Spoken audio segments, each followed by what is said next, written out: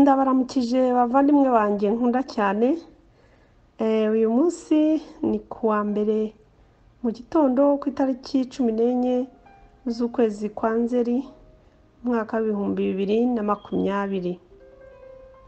Tugarutse rero kuri cya kiganiro cyacu tumenye tuzirikane mutagatifu Kizito Mihigo.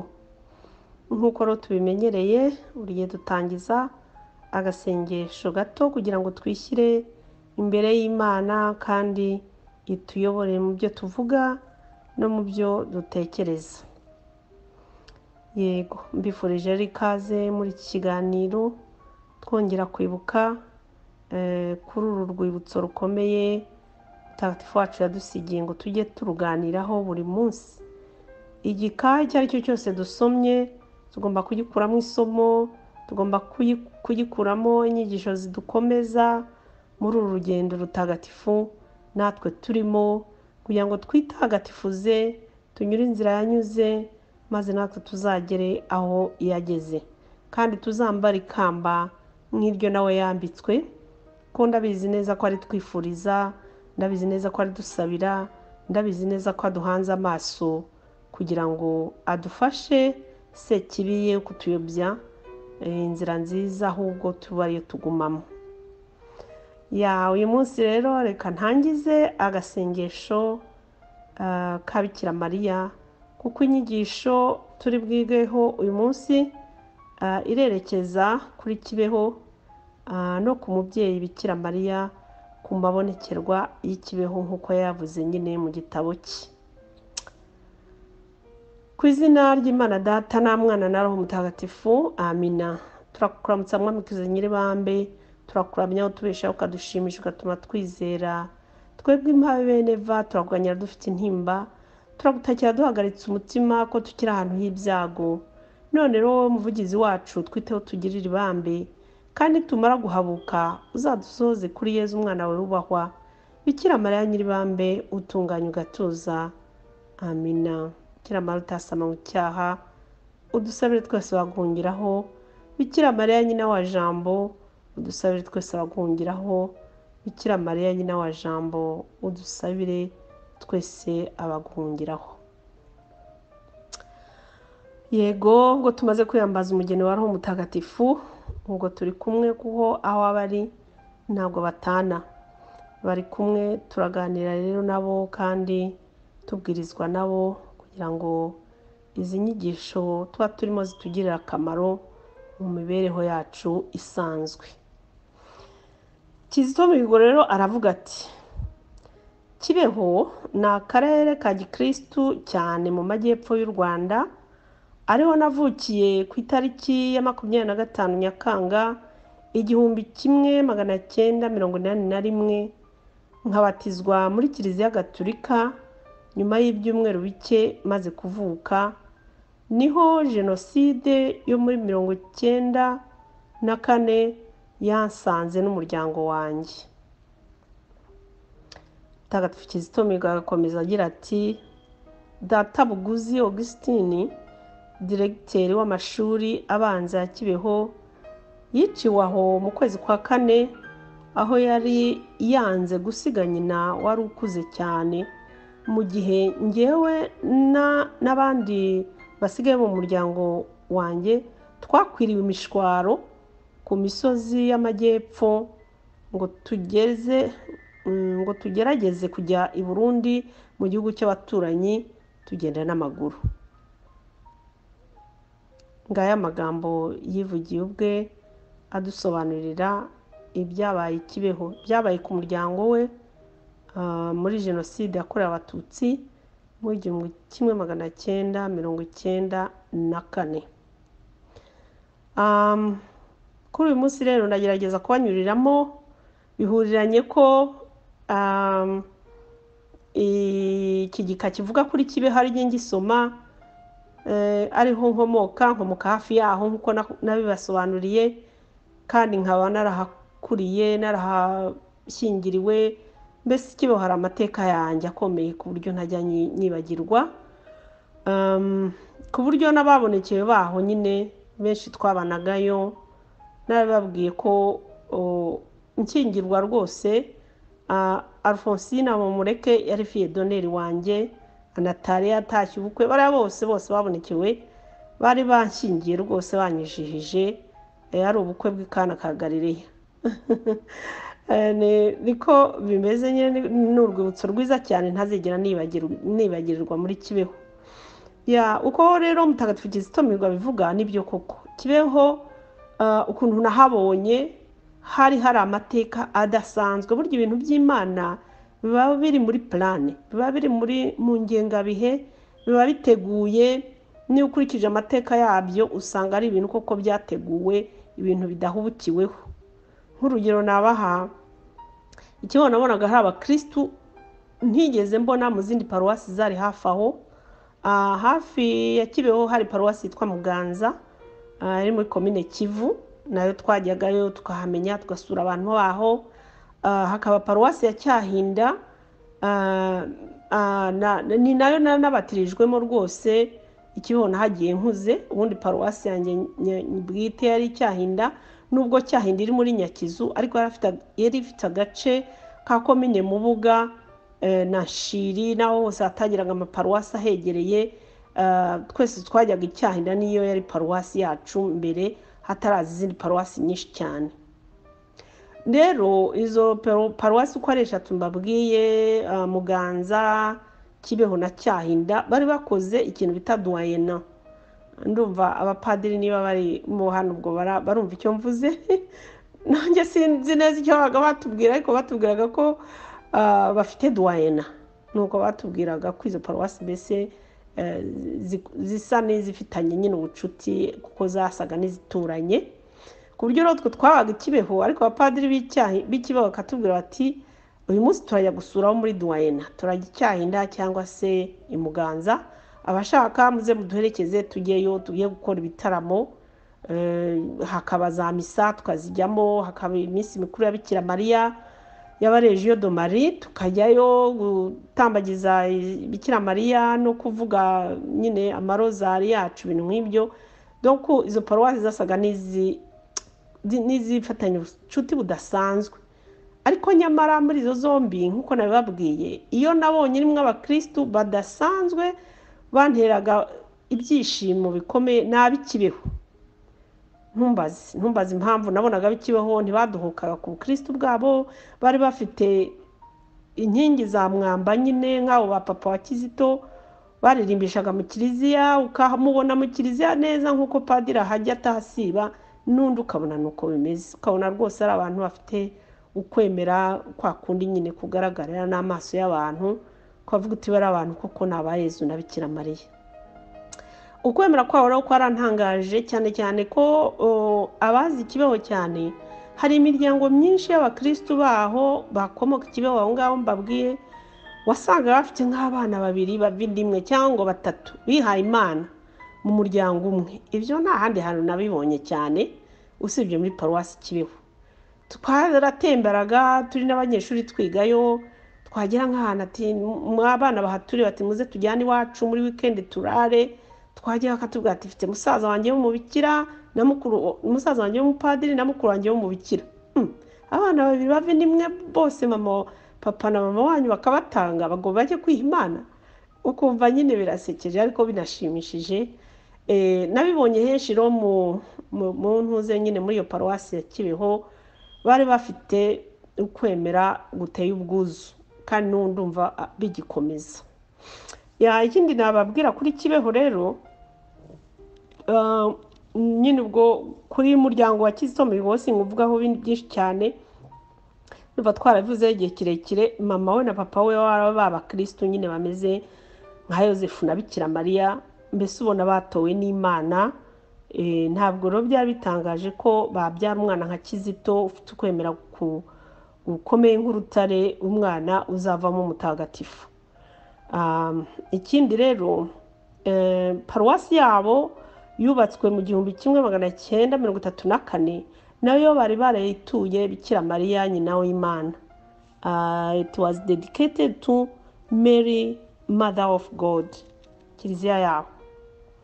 Hanyuma koleje y'Kibeho iyo twizemo turi abana, njye nagiye kwiga mfite imyaka 11 n'igice nari naruzuza na 12 ariko iyo koleje y'Kibeho nawe yari itangaje cyane kuko njye nagiye kwigayo hari umubikira witwa Sœur Germaine nagasanzwe witabye Imana imuhuru iruko dashira yari koleje iyobewe n'abene bikira rero n'ababikira nyine bari bafite ikigo ari uwo directrice wakiyoboraga ari umwene bikira.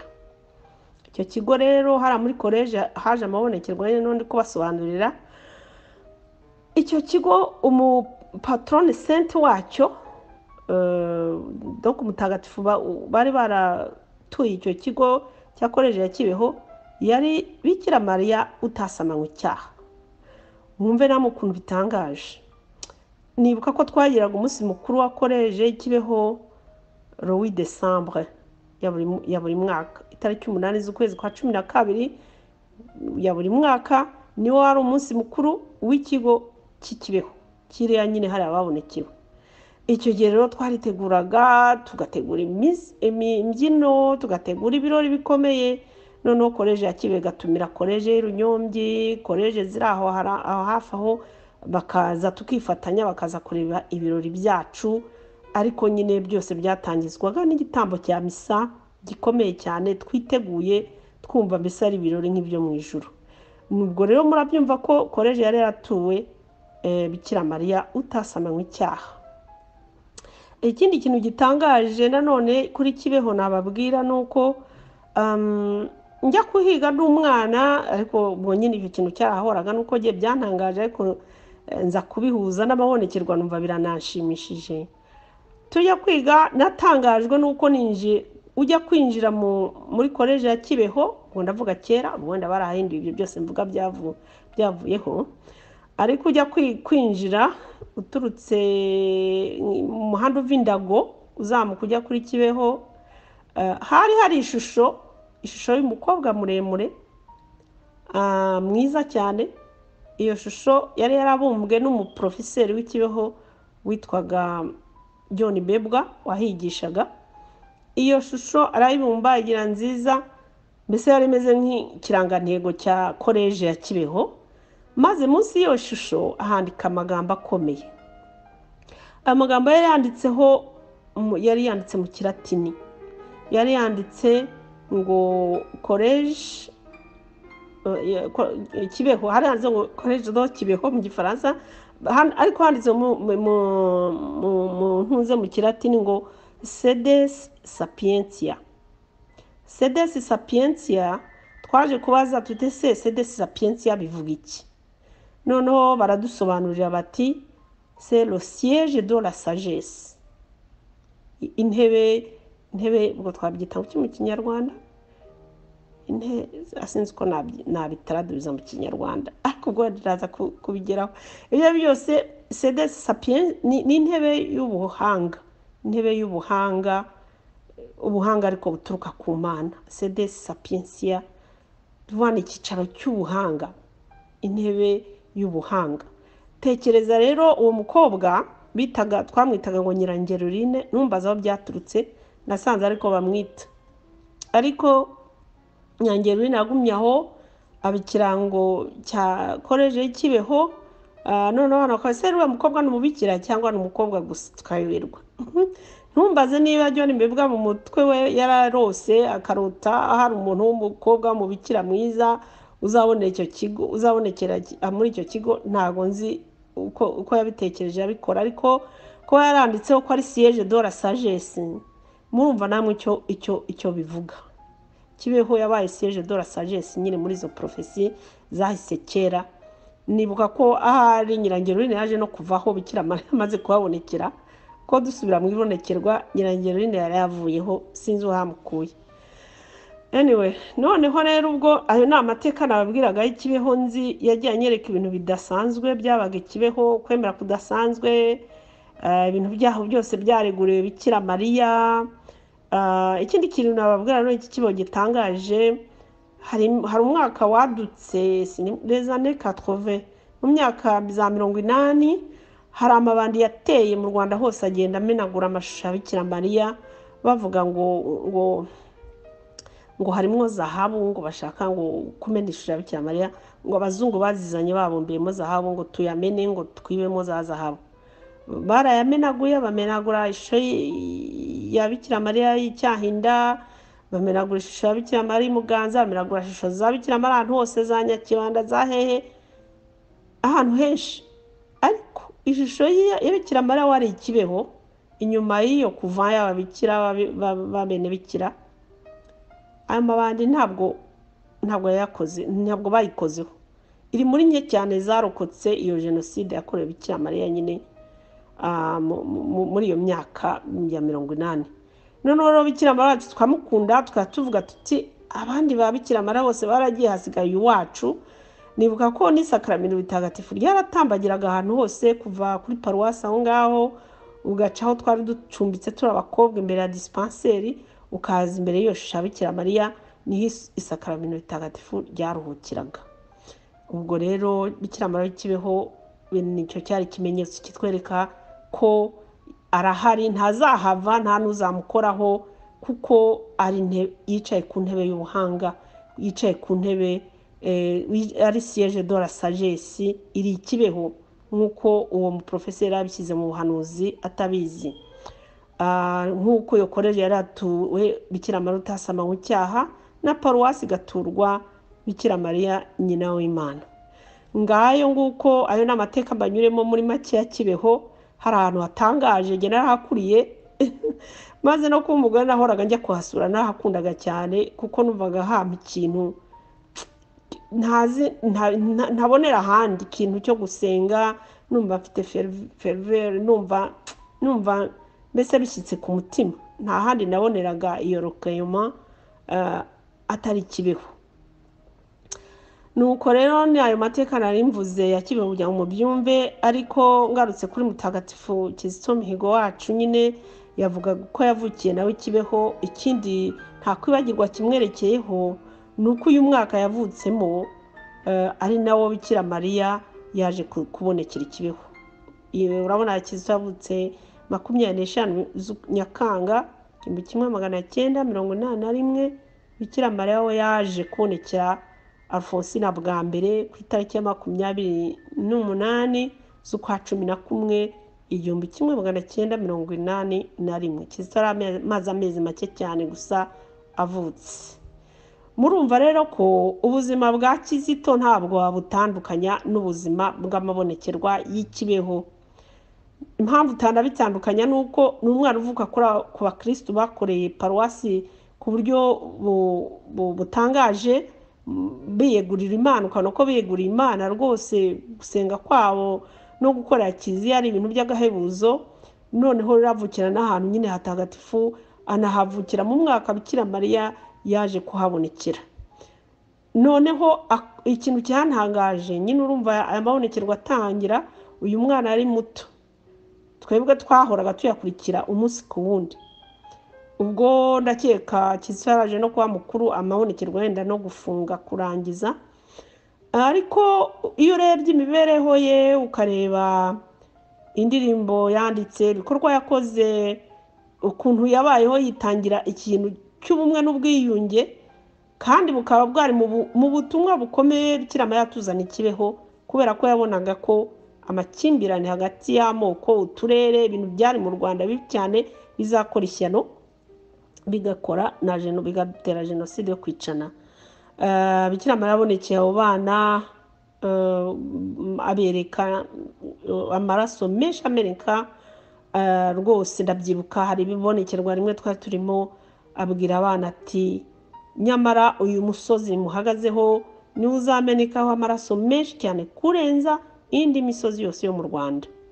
Ndabyibuka twariyamiriye tuti tutyakoma, nawe arasetsa rwose, tutunguse Ikibeho twiberaho mu giturage, nta mujyi uhari, nta abo bantu bazaza gupfira hano se baje kugira gute. Icyo gihe amabonekerwa bivuga amabonekerwa ataranamenyekana cyane, ku buryo nta bantu bazagamo benshi, hari bake abantu baho around twe tuhatuye, twahakoraga n'abandi bakristo bake bakunda Bikira Mariya bazaga baturutse hirya no hino, aho twari bakeya.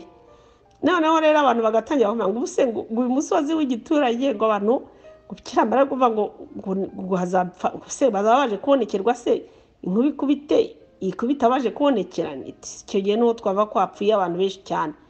Se Bikira Mariya barashaka kuvuga iki? Kiratuyobera.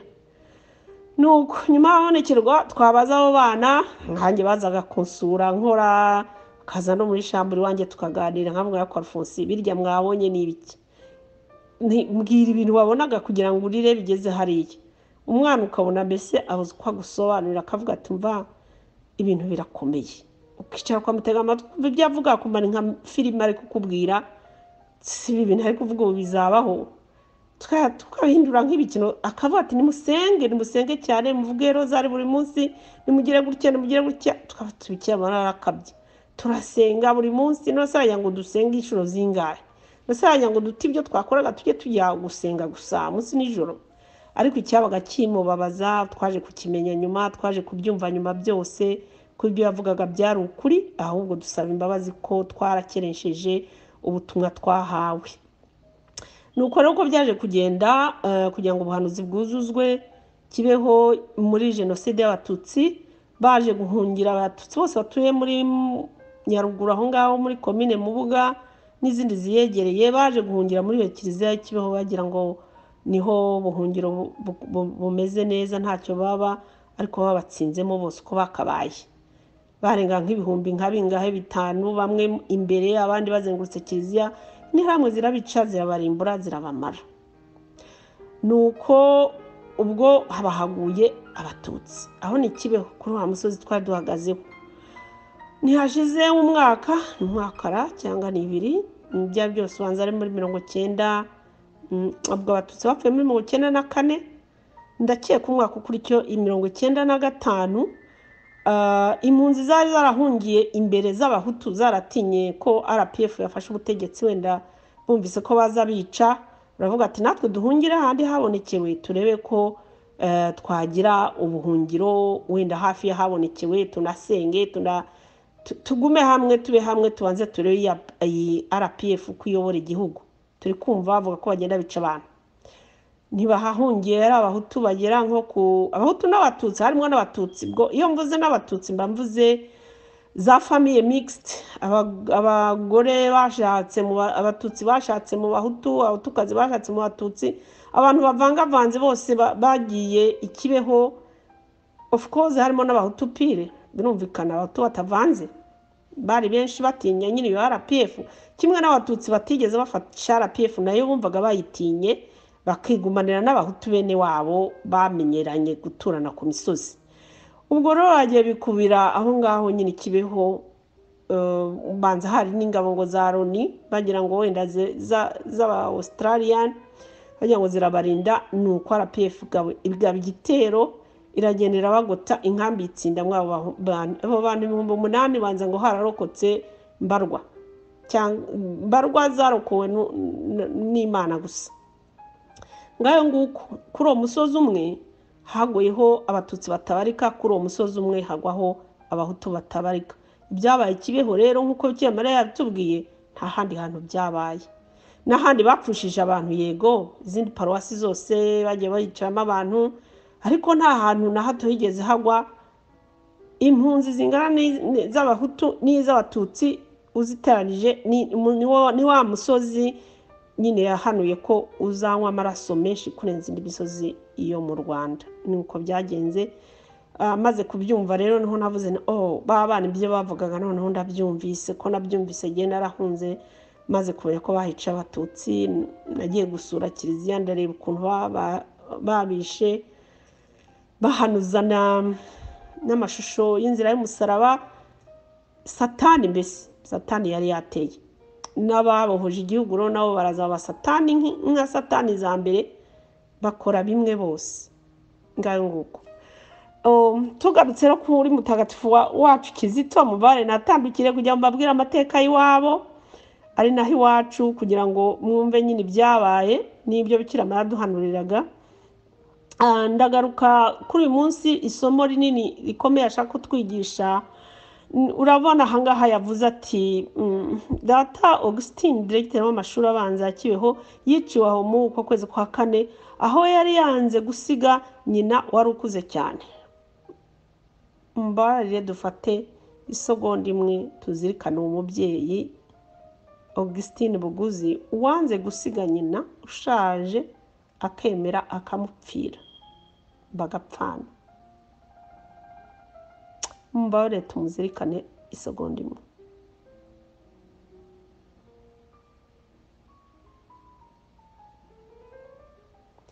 Nyagasani muhiruko ridashira kandi umuhembera icyo gihembo gikomeye cyo kwanga kutatira igihango cy'umubyeyi akemera kumugurana n'ubugingo bwe, akemera kubutanga agapfana nawe, ariko ntahemukire umubyeyi ngo amute mu nzira kuko yarashaje.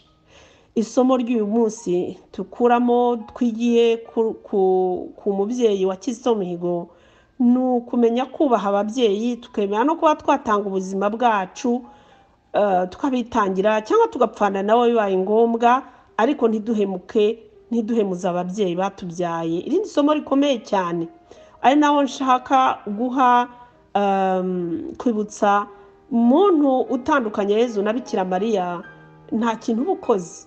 Urabona niba Papa Augustin yaremeye agasigara n'umubyeyi we, yashobora kwigenda akabata umukecuru nasigarane n'abandi, azapfa azakira n'undi yarashaje iminsi ye yaribaze, ariko yaravuze ati bana nimukurikire nyoko mujyane nawe nanjye sigarane na mama kuko azankenera niba ngombwa ko apfa dupfane. Rero ni isomo rikomeye cyane bana muryumve, natwe twese tutari abana dufite ba mama n'abababuze, ariko dufite n'abandi mu buzima bwacu twita ba mama batatukuye mu nda ariko tukaba tubita ba mama. Urukundo rw'umubyeyi ni ikintu gikomeye cyane, ari nayo mpamvu tugomba gukomera kuri Bikira Mariya, kuko Bikira Mariya na Yezu ntabwo batandukana, kuko Yezu yakwemera gupfira nyina aho kugira ngo abone nyina apfa. Ni ukuvuga ngo nta muntu ushobora kunyemeza ko yakubaho umwana maze nta cyubahiro nyina. Ibyo byaba ari akaga. Ibyo ngibyo tubitoza abana bacu kumenya kubaha ababyeyi, kandi kubaha ababyeyi ni itegeko rya 4 ry'Imana. Urajye wubaha ababyeyi bawe, Imana yagize irya 4 nyuma y'amategeko 3 y'Imana. Twubaha ababyeyi bacu, tubakunde, twubahe rero n'umubyeyi Bikira Mariya, kuko ni isomo rikomeye Kizito Mihigo yadusigiye. Yakundaga Bikira Mariya, atari uko kubera amabonekerwa ya Kibeho, yaramukundaga akamwubahiriza, ndetse yanamuririmbiye n'indirimbo avuga ati kuva kera nkivuka y'igisingizo cya Bikira Mariya. Iyo ndirimbo ndumva mwese muyizi, ni igisingizo cyiza cyane cyerekana uburyo yakundaga umubyeyi Bikira Mariya.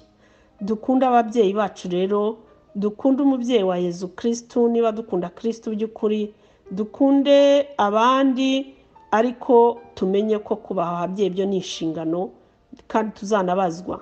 Ni inshingano tuzabazwa, kuko umwana utumvira umubyeyi cyangwa mukunde cyangwa ngo yumve yamwigurana, uwo mwana aba ari kivume. Umwana ntabwo akora ibitunganye.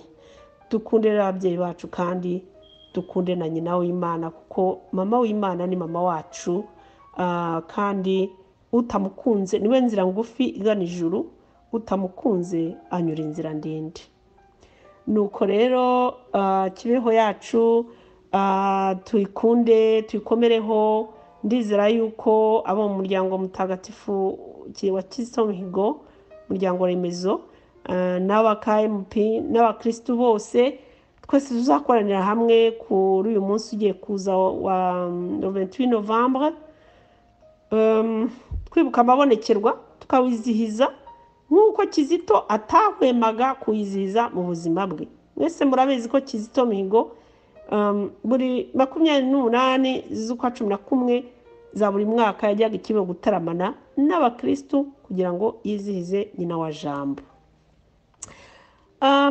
Isomo rero nabona rijyanye n'ibi bya Kibeho yatubwiye, ubwo naribona ndabasomera mu Byahishuwe ku mutwe wa 21 umurongo wa 2 ukagenda ukageza ku wa 4. Haravuga hati rero, nuko mbona umurwa mutagatifu Yerusalemu nshya yururikaga iva mu ijuru, ku mana, yaba ukereye nk'umugeni witeguye gusanganira umugabo we. Hanyuma numva ijwi riranguruye riturutse mu ntebe y'ubwami rivuga riti, dore ingoro y'Imana mu bantu, izabana nabo, bazaba abantu bayo, Imana nayo ibane nabo. Izahanagure icyitwa amarira cyose ku maso yabo, n'urupfu rwoye kuzongera kubaho ukundi. Icyunamo, amaganya n'imibabaro nabyo ntibizongera kubaho ukundi, kuko ibya kera byose birangiye. Ayo ni amagambo y'isomo ritagatifu uko yanditswe na Yohana mu Byahishuwe. Bavandimwe rero, ni ukuri dusabe Mutagatifu Kizito Mihigo kugira ngo ibi byahishuwe natwe bizatugirirweho. Yeruzalemu yururukiye ku isi kuri twe Abanyarwanda ni Kibeho, ni Yeruzalemu yacu. Ijuru ryururukiye Kibeho kugira ngo tugere ku bumwe n'ubwiyunge. Ijuru ryaje ikibeho kugira ngo amaganya n'imibabaro n'imiborogo bizahanagurwe ku maso yacu, kandi icyunamo kirangire. Murabona biriya bintu bakora, igihugu cy'u Rwanda gihora mu cyunamo. Biriya bintu by'icyunamo bya buri gihe ntabwo ubundi ari ibintu bya gikristo. Ibintu bya gikristo byiza twumva, kwibuka uwapfuye ntabwo ari ukwanika amagufwa. Kwibuka uwapfuye ahubwo ni ukujya gutura igitambo cy'Ukarisitiya, ukamutura Imana ishobora byose, ishobora kumuhindurira amateka aho yaba ari hose ikagira meza. Ntabwo icyunamo ari umukristo gukora ikintu amahoro arira, ahubwo akora icyunamo ahora asengera uwapfuye, uwitabye Imana, kugira ngo Imana imuteze intambwe imbere. Icyunamo rero ntabwo twagombye kugipfa. Ndimo ndabwira Abanyarwanda n'Abarundi, Abarundi nabo aribo bagize jenoside nk'iyiwacu. Ubundi icyunamo nta nubwo kigomba kuvangura abantu. Nabahaye urugero, nababwiye ko Kibeho hapfiriye Abahutu hagapfira Abatutsi. Ntabwo rero bakagombye kuvangura Abahutu n'Abatutsi kugira ngo bagere ku bwiyunge nyabwo. Nuko icyunamo nta wavangurwa, nta uvangura abapfu, nta uvangura igihe cy'abantu bapfiriye. Abantu bose bagombye kujya hamwe bakibukira rimwe, kandi bagahamba ariya magufwa yose begispoje mu nzibutso, bakayashyingura. Inzibutso zikabamo ibintu byo kubibuka. Inzibutso ni ngombwa kwibuka ko jenoside yabaye mu Rwanda. Inzibutso zikajyamo nk'amafoto, zikajyamo ibikoresho abantu bakoreshaga, ariko amagufwa bakayashyingura. Amagufwa agashyingurwa mu cyubahiro, noneho hajya hibukwa, bakibuka gikristo, bakibuka batamba ibitambo bya misa, basabira buri muntu wese witabye Imana, nta kuvangura amoko, nta kuvangura akarere, nta kuvangura iki n'iki, kuko aho bagiye ntabwo bavanguye. Bajye bibuka ko aho bagiye ntabwo ku Mana hari uvangura, ntawe uruta undi, bose barareshya. Nicyo rero nasabira Abanyarwanda n'ahandi hose hari amakimbirane nk'ayo ngayo bya jenoside, ko umukristo atagomba kuvangura. Umukristo agomba gusabira buri wese, cyane cyane iyo yaba ari umwanzi wawe, nk'uko Kizito ejo yabitwigishije atubwira ko asabira iyababariye abishe se, akababarira n'abashatse kumwica, ndetse yanababariye n'abamwishe ejo bundi.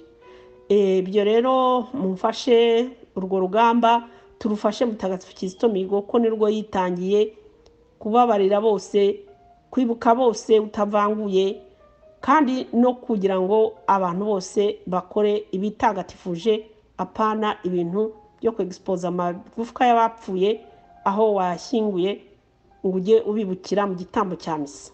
Kandi wibuke bose, kandi uhe bose uburenganzira bwo gukora bimwe. Nicyo ngicyo nababwiraho mbona Kizito yashaka kutugezaho no kutwigisha mu gihe aririmba nyine iriya ndirimbo igisobanuro cy'urupfu, ari nawe yazize, avuga ko n'abandi bantu bababaye nabo bagomba kwibukwa. Icyo rero ni ikintu gikomeye twebwe abantu bakunda Kizito tugomba kuzaharanira mpaka tukigezeho, yuko Abanyarwanda, Abarundi, Abahutu, Abatutsi aho bari hose, n'abari muri Kongo bavuga Ikinyarwanda batwumva, bajye bamenya ko tudashyigikiye ibintu bya Satani byo kuvangura amoko. iryo ni ryo somo nashaka kubagezaho. Murakoze, mbare narondogoye cyane kuko navugaga ikibeho iwacu, mafiteho souvenir nyinshi cyane. Nimbona umwanya nzajya nzitegura buhoro buhoro uko dusomye igika kivugamo kibeho, nongere mbabwira ibindi byaho nzi wenda mutashoboye kumenya. Murakoze rero, reka dusenge gato ubundi mbifurize umunsi mwiza. Mana Data ushobora byose, wowe waduhaye Bikira Mariya umubyeyi uduhoza, nk'uko wamuragije Yohani ku musaraba ukamubwira uti mwana dore nyoko, umubyeyi nawe dore umwana. Ku musaraba wamuduhayeho umubyeyi, ukomeze umudukomereze mu bugingo bwacu bwose, icyo tubayeho cyose tujye tumwiyambaza, kandi tumenye ko ari we nzira ngufi ikugeraho. Kandi ndakwingize kugira ngo Afurika yose, cyane cyane ibihugu by'ibiyaga bigari, twese duhe gukoranira ikibeho, twibuka Bikira Mariya ko yadusuye, twibuka ko yatuburiye, twibuka ko yatweretse amahano agiye kuba mu gihugu cyacu, kugira ngo aturengere, kugira ngo aduhishe mu gishura cye, ibyago byose n'amakuba ntibyatugezeho kuko yatugiriye impuhwe. Izo mpuhwe yatugiriye rero ukomeze uzigere n'abandi Banyarwanda, n'abandi Barundi, n'abandi Bakongomani, n'abandi Batanzania, n'abandi Ugandans. Abo bose ni abavandimwe, twese turi abavandimwe, maze kariya karere kazagira amahoro, Bikira Mariya akomeza atubere umwamikazi mu bwami bw'ijuru. Ibyo rero tubisabye ku bwa Yezu Kristo umwami wacu, mubana mugategekana mu bumwe bwa Roho Mutagatifu, ko ibihe bihora bisimburana iteka. Mara utasama mu cyaha, dusabire twese bagungiraho. Mutagatifu Kizito Mihigo, ukomeze dusabire. Mutagatifu Kizito Mihigo wa Kibeho, ukomeze uturengere mu rugendo turimo. Mutagatifu Kizito Mihigo, tugutuye uyu munsi kugira ngo ukomeze udusabire, tugere ikirenge mu cyawe, natwe tuzaba abatagatifu. Bwa Yezu Kristo umwami wacu, amina. Mugire umunsi mwiza bavandimwe aho bwakeye, mugire ijoro rihira aho bwije. Ndabakunda cyane. Iyi ari Christine. Bye.